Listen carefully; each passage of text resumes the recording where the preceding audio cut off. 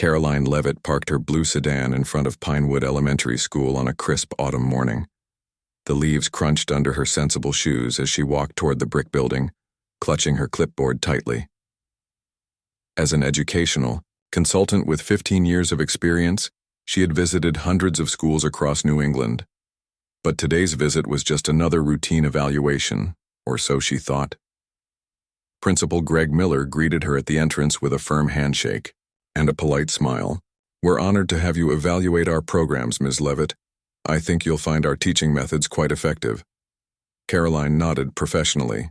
She had heard similar introductions many times before. "I look forward to observing your classrooms. My reports help determine which schools receive additional state funding. So I'll need to see authentic teaching today, not performances put on for my benefit."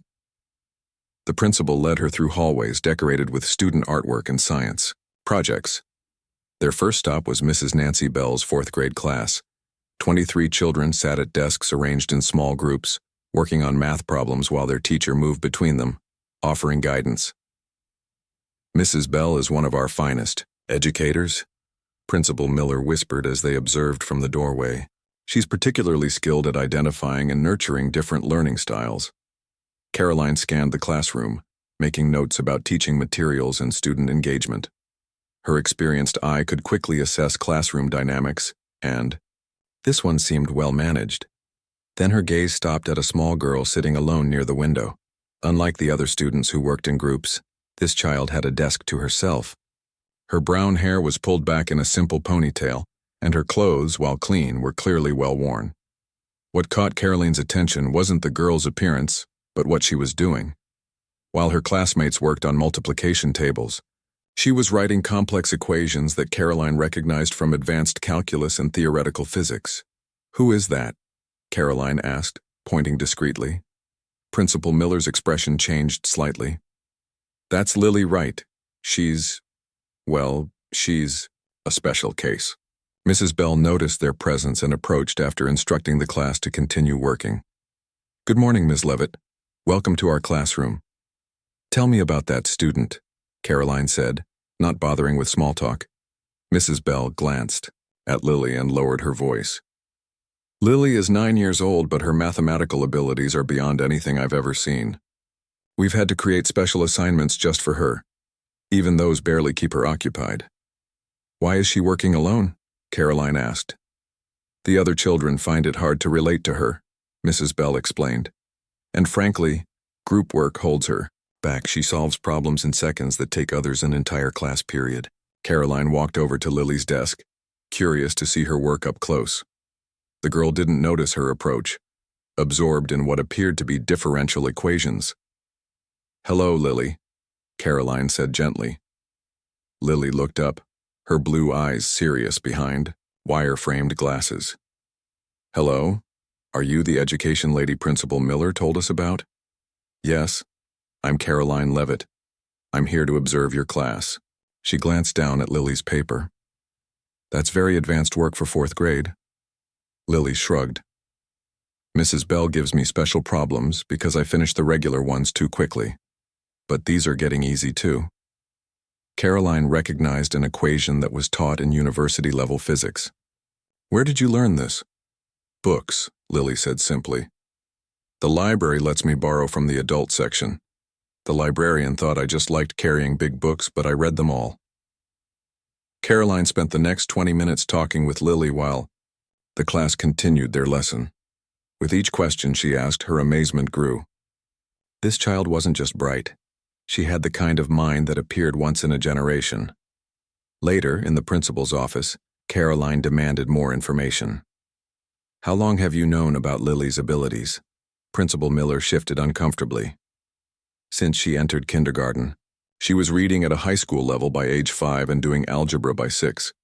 We've done our best to accommodate her needs." "Has she been formally tested? Entered into any gifted programs?"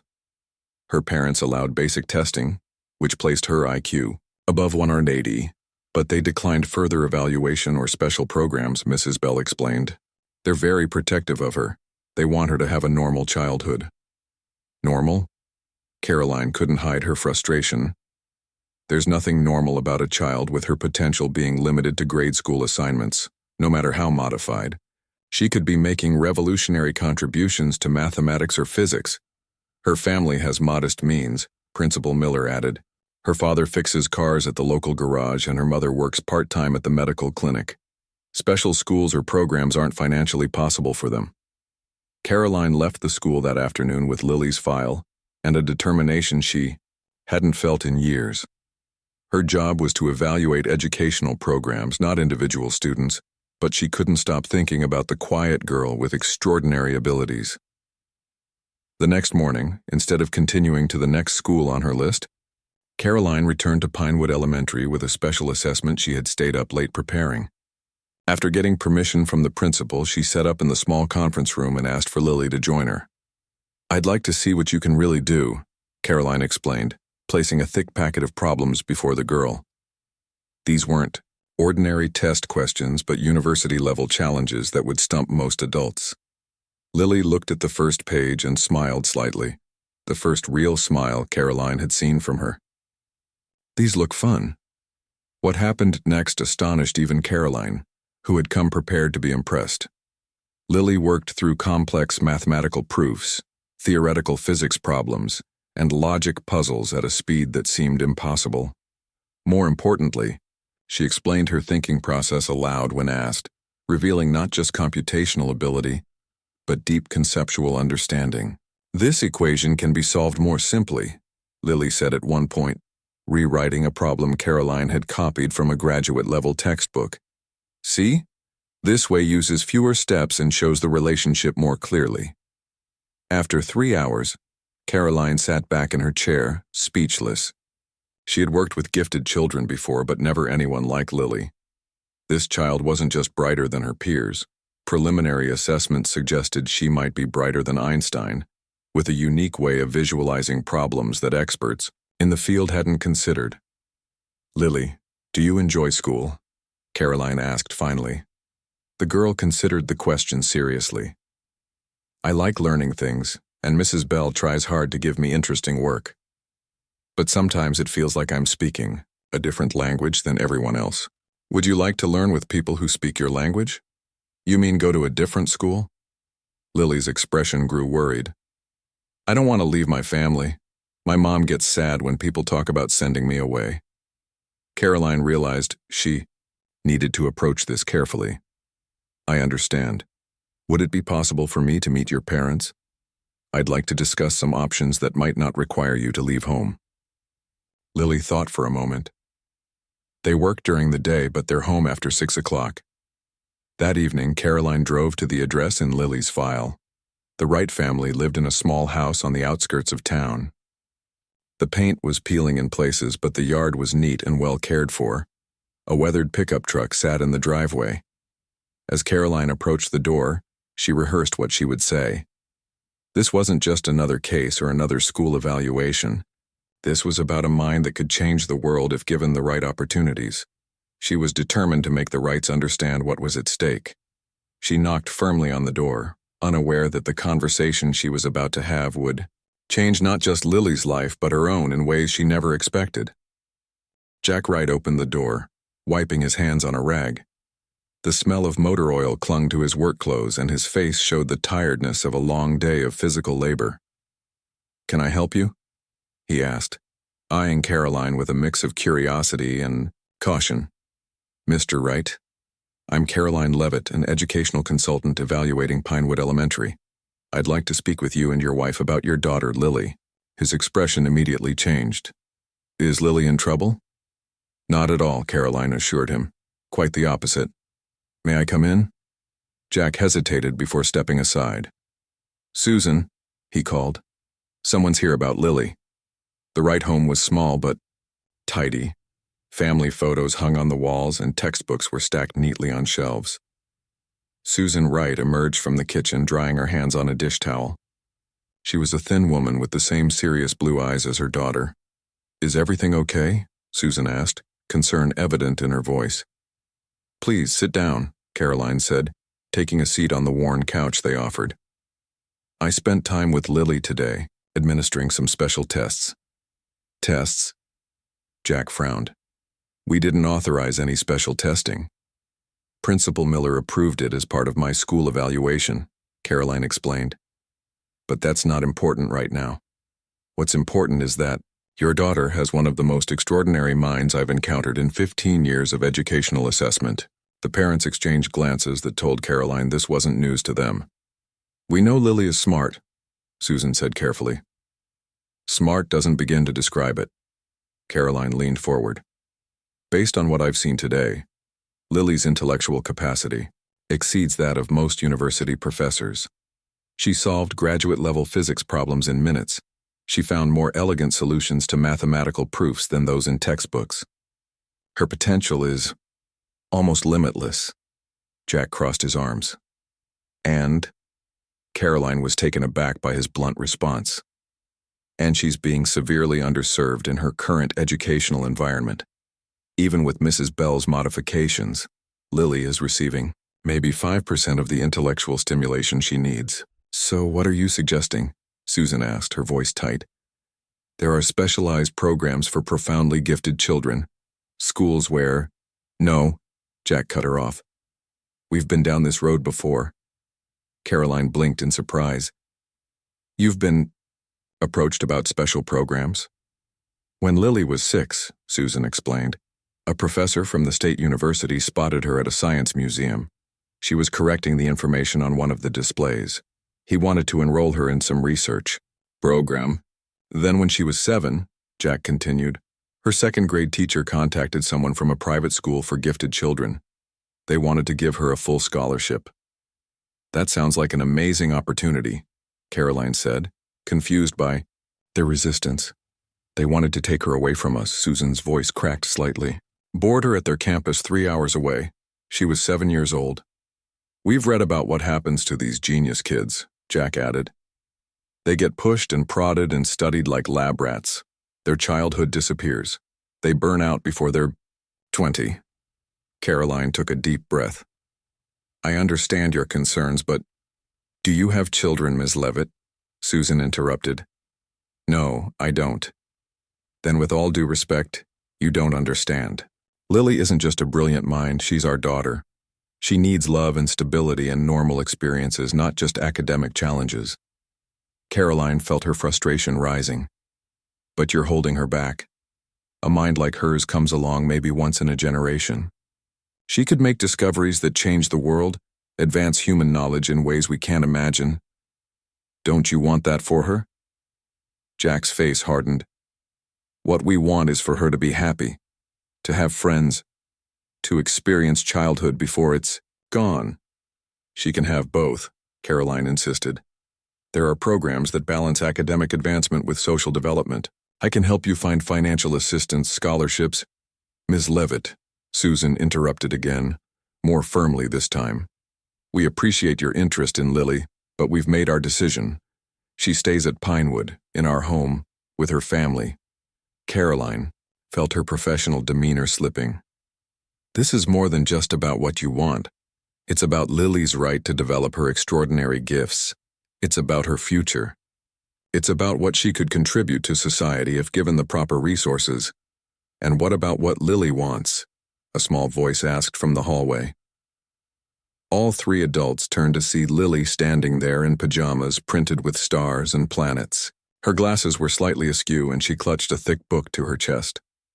Honey, you should be in bed, Susan said gently.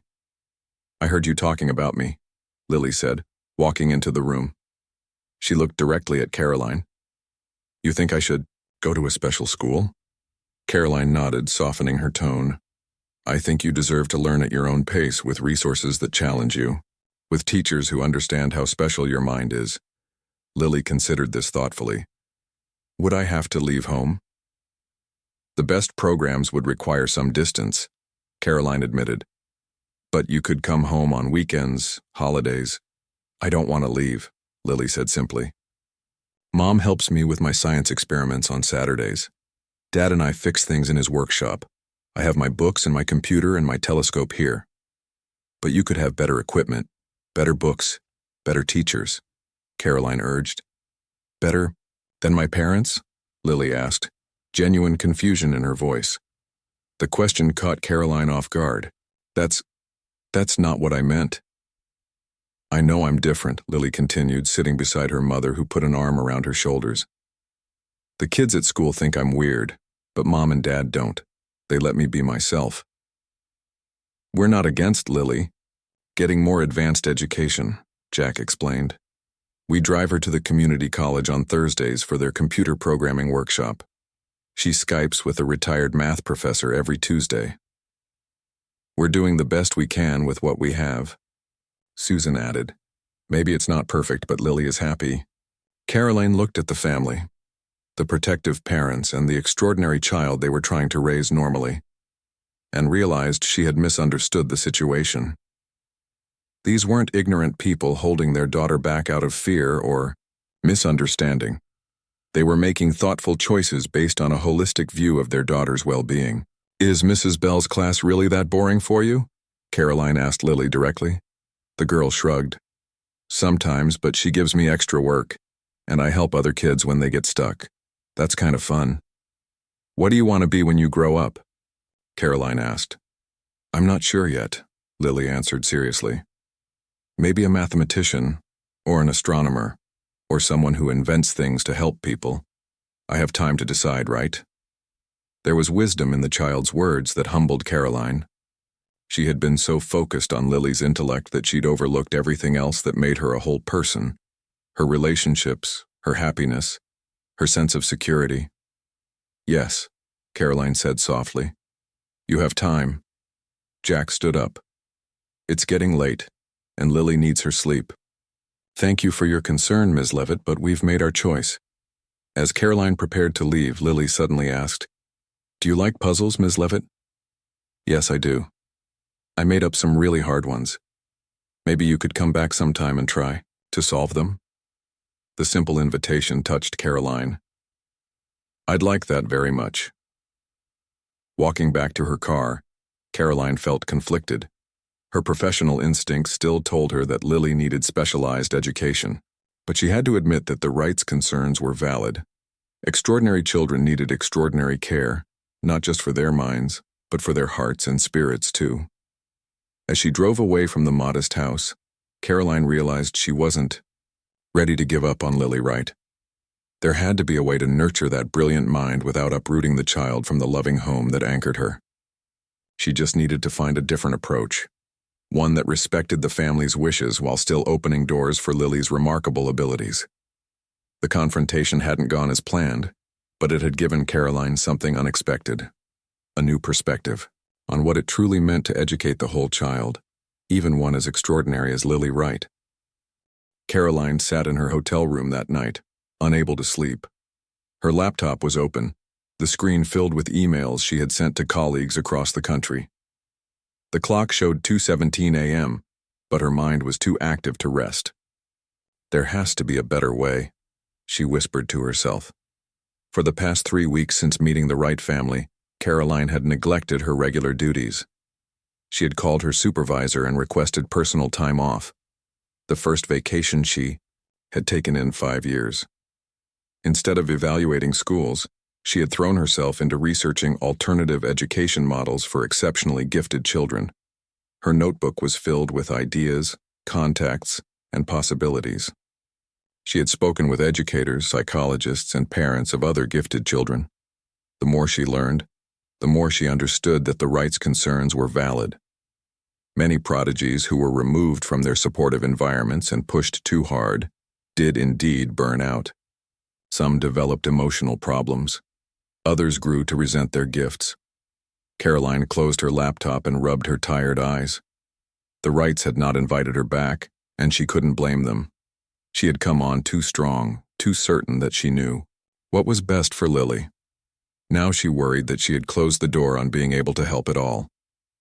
The next morning, Karoline drove back to Pinewood Elementary. She had no official reason to be there, but she hoped to speak with Mrs. Bell again. The teacher might be willing to serve as a bridge between Karoline and the Wright family. Mrs. Bell was surprised to see Karoline waiting outside her classroom before school started. Ms. Leavitt, I didn't expect to see you again. I thought you'd moved on to other schools in the district. I took some personal time, Karoline explained. I can't stop thinking about Lily Wright. Mrs. Bell's expression grew cautious.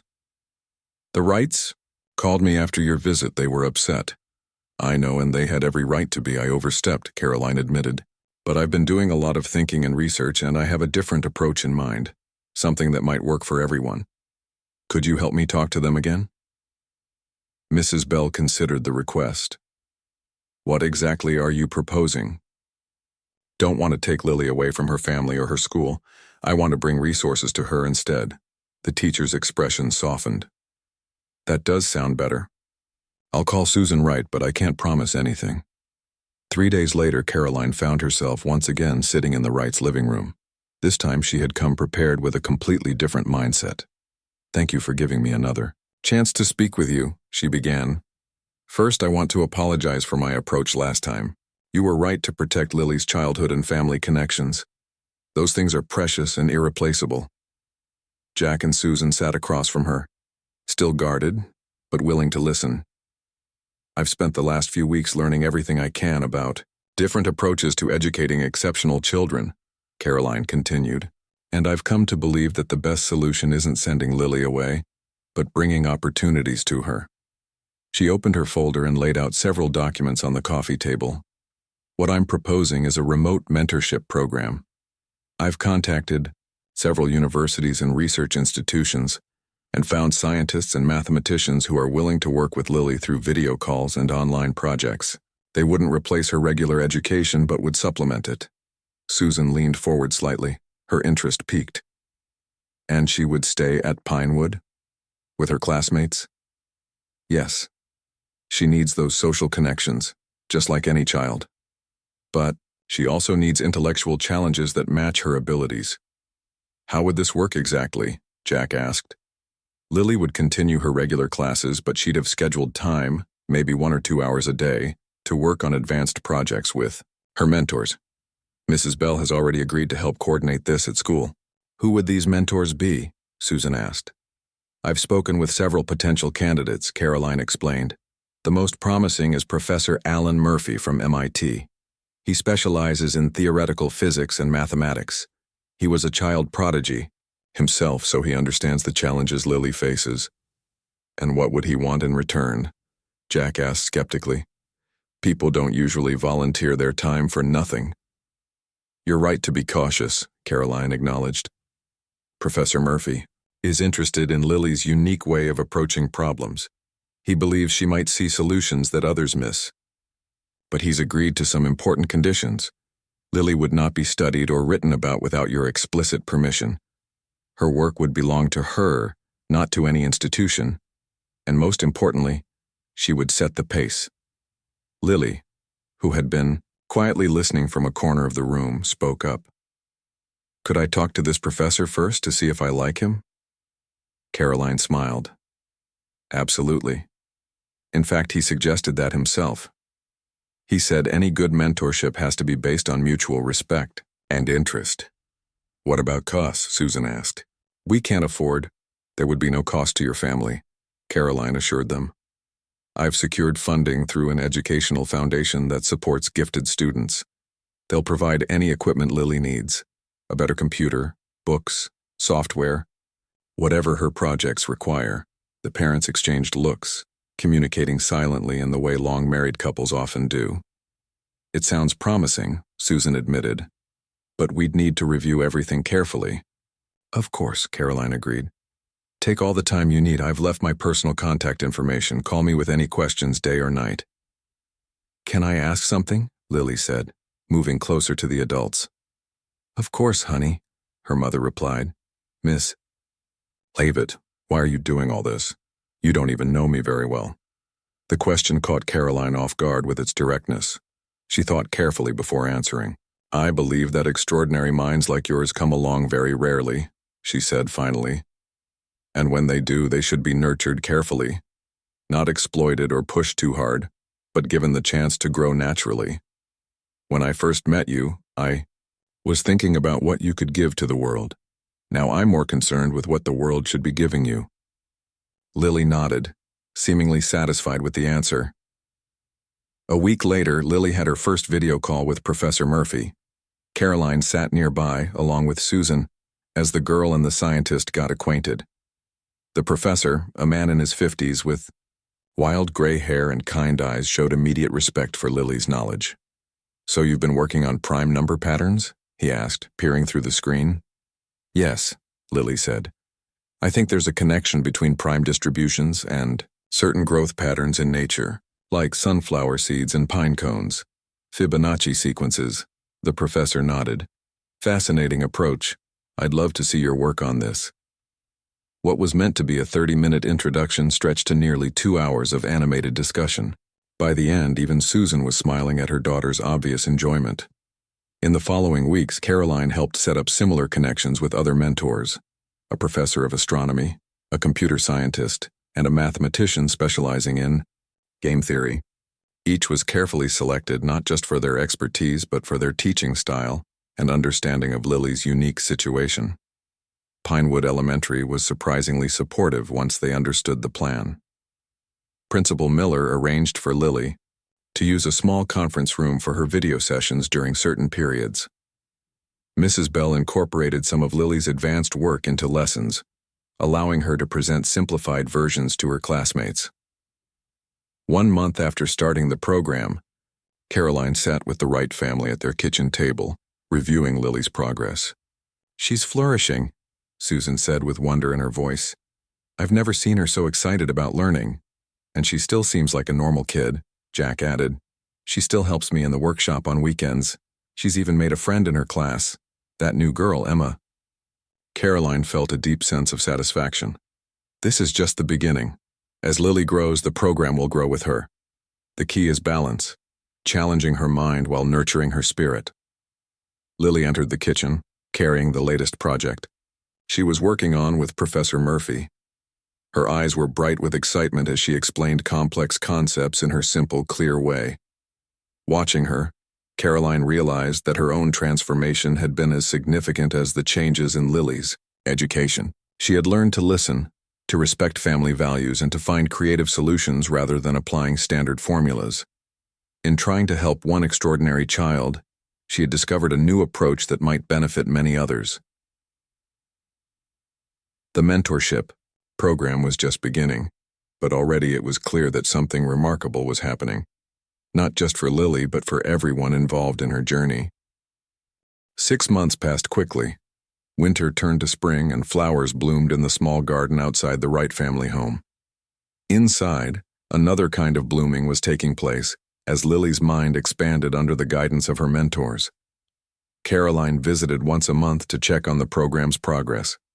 She had returned to her regular job evaluating schools, but had arranged her schedule to keep Fridays free for her special project. Today she sat in Pinewood Elementary's small conference room, watching Lily work through a complex problem with Professor Murphy on the video screen. "That's an interesting approach," the professor said, adjusting his glasses as he studied Lily's work.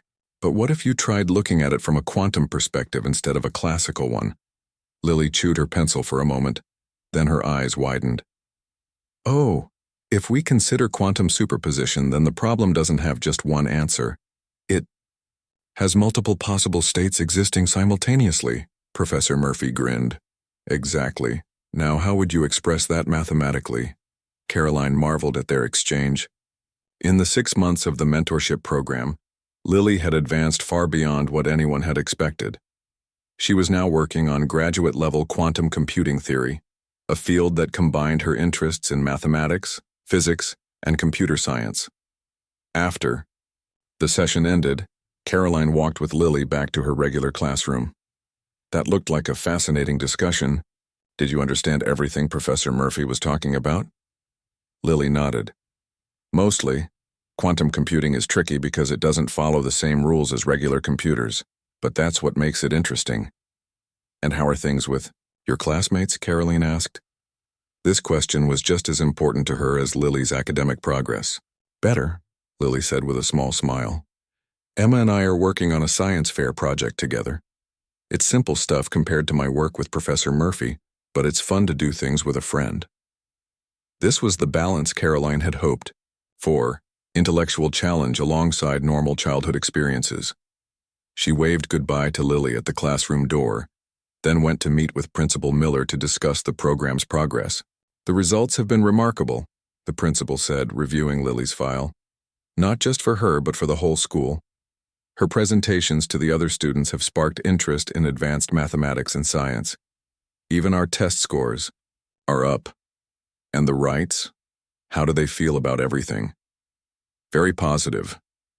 They've mentioned how much they appreciate that Lily can still be a normal child while developing her gifts." Karoline left the school feeling satisfied. The mentorship program was working better than she had dared to hope. What she didn't know was that a major breakthrough was about to happen. 2 weeks later, Karoline's phone rang at 11:30 p.m. It was Professor Murphy, his voice filled with excitement. "Karoline, you need to see what Lily has done. It's extraordinary." "What happened?" she asked, instantly alert despite the late hour. "I gave her what I thought was a simple homework assignment, exploring some basic quantum algorithms. She took it in a completely different direction. She's developed a new approach to quantum computing that could solve problems we thought were decades away from being solvable." Karoline tried to process this information. "Are you certain? She's only 9 years old." "Age has nothing to do with it," the professor said. "Her mind works differently than anyone I've ever encountered. She isn't constrained by conventional thinking. She sees connections that the rest of us miss." The next morning, Karoline drove to the Wright home. Professor Murphy had already sent Lily's work to colleagues for review, and word was spreading rapidly through scientific circles. When she arrived, she found Jack and Susan looking overwhelmed. "3 universities called this morning," Jack said, running a hand through his hair. "A technology company left a message offering Lily a consulting position. She's 9. And reporters have been calling nonstop," Susan added. "Someone leaked the story to the press. There was a news van parked down the street when I left for work." Lily sat at the kitchen table working on math problems as if nothing unusual was happening. She looked up when Karoline entered. "Did Professor Murphy tell you about my quantum algorithm?" "He did. He's very impressed." Lily shrugged. "It wasn't that hard. I was just thinking about how the pieces could fit together differently." Karoline marveled at her modesty. "Lily, what you've done is potentially revolutionary. That's why everyone is so excited." The girl frowned slightly. "Is that why there was a lady with a camera outside this morning? Mom made me stay away from the windows." "Yes. People are very interested in your discovery. But I don't want to be on TV or anything. I just want to keep working on my projects." Karoline exchanged looks with Jack and Susan. The situation was quickly spiraling beyond what any of them had anticipated. The quiet, balanced approach they had carefully built was in danger of being overwhelmed by outside attention. "We need a plan," Karoline said firmly. "Lily's work deserves recognition, but not at the expense of her well-being." Over the next few days, Karoline became a shield between the Wright family and the growing media frenzy. She worked with Professor Murphy to prepare an official announcement about Lily's discovery through MIT, which would satisfy public curiosity while protecting Lily's privacy. She helped the family screen calls and visitors, allowing through only those with genuine scientific interest rather than mere sensationalism. One morning, a black limousine pulled up outside the Wright home. A tall man in an expensive suit emerged and knocked on the door. Karoline, who had been helping Susan sort through a stack of mail, answered. "I'm here to see Lily Wright," the man said. "My name is Richard Grant, CEO of Quantum Future Technologies." Karoline recognized the name of one of the world's leading technology companies. "Mr. Grant, the family isn't taking unscheduled visitors. I understand the need for privacy," he said, handing her a business card. "But I believe what I'm offering could be of significant interest. My company would like to fund Lily's research and provide her with resources beyond what any mentorship program could offer." Karoline was skeptical but invited him in. Jack had just returned from work and listened carefully as the CEO outlined his proposal. "We would build a research facility right here in town," Grant explained. "Lily could work there as much or as little as she wants, with the best equipment and collaborators in the field. Her parents would have complete oversight. We wouldn't ask her to relocate or change schools. What would your company get in return? Karoline asked directly. First access to her innovations, Grant admitted, but Lily would retain ownership of her work. We're willing to offer very generous terms because we believe her approach to quantum computing could change the entire industry. Jack looked dubious. My daughter isn't for sale. I'm not trying to buy her, Mr. Wright. I'm trying to invest in her future. And yes, in my company's future too. But this can be a partnership that benefits everyone. Lily, who had been listening, from the doorway stepped into the room. Would I get to use a real quantum computer, not just simulations? Grant nodded. We have 2 prototype quantum computers at our main facility. If this works out, we'd bring one here. And I could still go to Pinewood? Still be with my friends? Absolutely. You'd set your own schedule. Karoline watched the exchange with mixed feelings. The offer was unprecedented, a major technology company willing to build a facility around a 9-year-old girl. It could provide Lily with opportunities beyond anything they had imagined. But it also meant more attention, more pressure, more complications. We need time to consider this, Susan said, placing a protective hand on Lily's shoulder. Of course.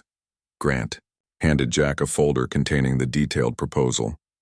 Take all the time you need, this is a big decision. After he left, the family gathered in the kitchen with Karoline to discuss the offer. For hours they weighed the pros and cons, the opportunities and risks. Lily listened quietly to the adults' discussion, occasionally asking insightful questions that showed she understood exactly what was at stake. Finally, as evening approached, Jack turned to his daughter. Lily, this affects you most of all. What do you think we should do? Lily thought for a long moment, her young face serious behind her glasses. I want to keep learning and working on my ideas, but I also want to stay here, with you and Mom, with my school and my few friends. If Mr. Grant really means what he says about building the facility here and letting me set my own schedule, I think we should try it. Her simple wisdom once again impressed Karoline. This extraordinary child somehow maintained a perfect balance between her intellectual passion and her emotional needs. Then that's what we'll do, Susan said, hugging her daughter, but with very clear terms to protect you. Karoline nodded. I'll help negotiate the agreement. We'll make sure your interests are protected every step of the way. As she drove home that night, Karoline reflected on how far they had come in just 6 months. What had begun as a confrontation had evolved into a collaboration that was now opening doors none of them could have imagined. Lily's breakthrough wasn't just in quantum computing. It was proving that with the right support, extraordinary minds could flourish without sacrificing childhood or family connections. The real work was just beginning, but Karoline felt confident that they had found a path forward that honored both Lily's. 2 years passed. The small town that had once been known only for its apple orchards was now famous for the quantum research center that stood at its edge. The modern glass building was designed to blend with the surrounding natural landscape, with solar panels on the roof and a playground visible through the large windows of the front entrance. Inside, 11-year-old Lily Wright stood on a small platform, addressing an audience of scientists, educators, and government officials. She had grown taller in the past 2 years, and her once shy demeanor had given way to quiet confidence. She still wore glasses, but now they had stylish blue frames that matched the simple dress she had chosen for this special occasion. Quantum computing allows us to solve problems that traditional computers can't handle efficiently, Lily explained, pointing to the colorful diagrams displayed on the screen behind her. By using quantum bits or qubits instead of regular bits, we can process multiple possibilities simultaneously. In the audience, Karoline Leavitt watched with pride.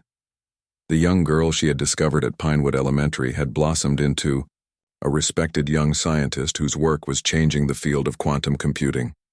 Yet despite her growing fame, Lily remained remarkably grounded, a regular kid who happened to have an extraordinary mind. After the presentation, guests mingled in the center's main hall. Lily stood with her parents, patiently answering questions and accepting congratulations on her latest achievement, a new algorithm that had significant implications for medical research. Lily has a gift for explaining complex concepts, said Dr. Helen Rogers, director of the National Science Foundation, as she joined Karoline at the refreshment table. Most quantum physicists can't make their work accessible to non-specialists, but she makes it sound almost simple. She's always been that way, Karoline replied. Even at 9, she could break down complicated ideas into clear, logical steps. The right model is generating a lot of interest in educational circles, Dr. Rogers continued. Your approach could change how we identify and nurture exceptional children.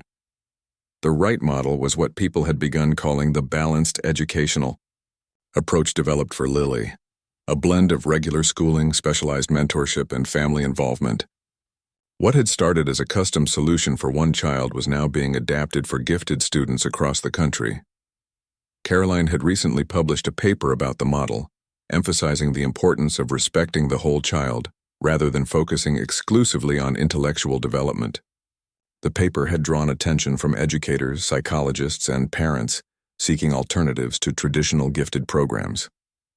As the event wound down, Karoline joined the Wright family for their walk home. The research center was just a 15-minute walk from their house, one of the conditions Jack and Susan had insisted on when negotiating with Quantum Future Technologies. That was a great presentation, Lily, Karoline said as they strolled along the tree-lined path. Thanks, Lily replied. I was nervous at first, but once I started talking about the science, I forgot about being scared. You didn't seem nervous? At all, Susan assured her daughter. You were very poised. Are you excited about the science fair tomorrow? Karoline asked. Lily brightened. Yes. Emma and I built a robot that can sort recycling using optical sensors. It's not quantum physics, but it was fun to make something with my hands. This was what Karoline found most remarkable about Lily's development. Despite working on advanced scientific theories that challenged the brightest adult minds, she still enjoyed normal activities with friends her own age. The balance they had all worked so hard to maintain was paying off. At the Wright home, Jack prepared dinner while Lily showed Karoline her latest project, a garden where she was growing plants, using different light wavelengths to study their effect on growth patterns. The quantum computing work is important, Lily explained as she checked the moisture levels in each planter, but I like having projects where I can see results with my own eyes. Professor Murphy says it's good to keep one foot in the physical world. Later, as Lily went to call Emma about their science fair project, Karoline sat with Jack and Susan at the kitchen table. I never thought we'd end up here, Jack said, looking around their home, which was largely unchanged despite the family's growing financial security. They had accepted some compensation for Lily's work, but most of the proceeds went into a trust for her education and future research. When you first came to our door, Karoline, I thought you were going to be just another person trying to take our daughter away from us, Susan admitted. Now I can't imagine where we'd be without you. I was wrong in my initial approach, Karoline acknowledged. I saw Lily's mind as something to be developed at all costs. I didn't understand that her emotional well-being was just as important as her intellectual growth. We've all learned a lot, Jack said, and now other families are benefiting from our experience. The next day, Karoline attended the Pinewood Elementary Science Fair. The school gymnasium was filled with display boards, working models, and excited children explaining their projects to judges and visitors. Lily and Emma stood proudly beside their recycling robot, which efficiently sorted plastic, metal, and paper items into separate bins. Their display included a clear explanation of how the optical sensors worked and how the project could help improve recycling rates in their community. What struck Karoline most was how normally Lily interacted with her classmates. There was respect for her abilities, but no sense of separation or special treatment. She was simply Lily, Emma's friend and partner, a student at Pinewood, a girl who happened to also work at the Quantum Research Center. As the judges moved through the exhibits, Principal Miller joined Karoline. Hard to believe it's been 2 years since you first visited our school. Sometimes it feels like yesterday, Karoline replied. Other times it seems like a lifetime ago. Your work with Lily has changed our entire approach to gifted education, the principal said. We've identified 3 more students with exceptional abilities. Not at Lily's level, but still far beyond their peers. We're using modified versions of the right model for each of them. Karoline felt a deep sense of satisfaction. What had begun as her determination to help one extraordinary child had evolved into something much broader. A new way of thinking about how to nurture exceptional minds while respecting the whole child. After the science fair, where Lily and Emma won second place, the first place project was a sophisticated weather prediction system developed by an 8th grader. Karoline joined a small celebration at the local ice cream shop. Lily, Emma, and a few other friends sat at one table, laughing and talking about normal 11-year-old things, movies, books, an upcoming school dance. At another table, Karoline sat with the Wrights and Emma's parents. "She seems so normal," Emma's mother remarked, watching the children. "If I didn't know better, I'd never guess she was revolutionizing quantum physics." "That's been our goal all along," Susan said, "to let her be both, a brilliant scientific mind and a regular kid." As the afternoon sun streamed through the window, highlighting Lily's animated face as she told a story that made her friends laugh, Karoline reflected on the journey they had all taken. The confrontation that might have driven a wedge between a gifted child and the support system she needed had instead led to a collaboration that benefited not just Lily, but potentially thousands of other exceptional children. What had shocked everyone most wasn't just Lily's intellectual capacity, though that remained astonishing. It was how the encounter had transformed Karoline's entire approach to gifted education.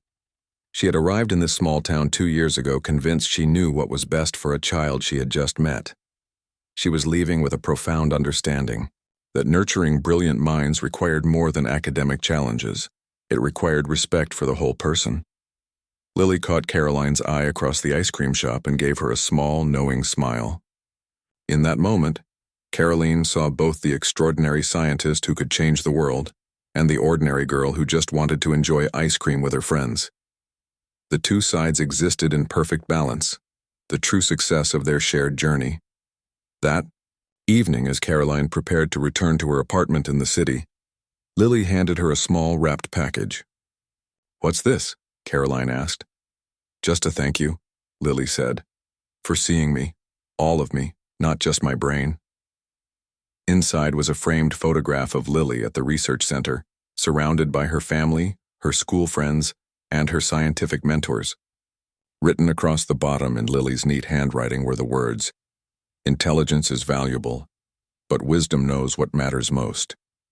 Karoline blinked back tears as she hugged the girl who had taught her that lesson, the girl whose mind might indeed be brighter than Einstein's, but whose heart was just as remarkable.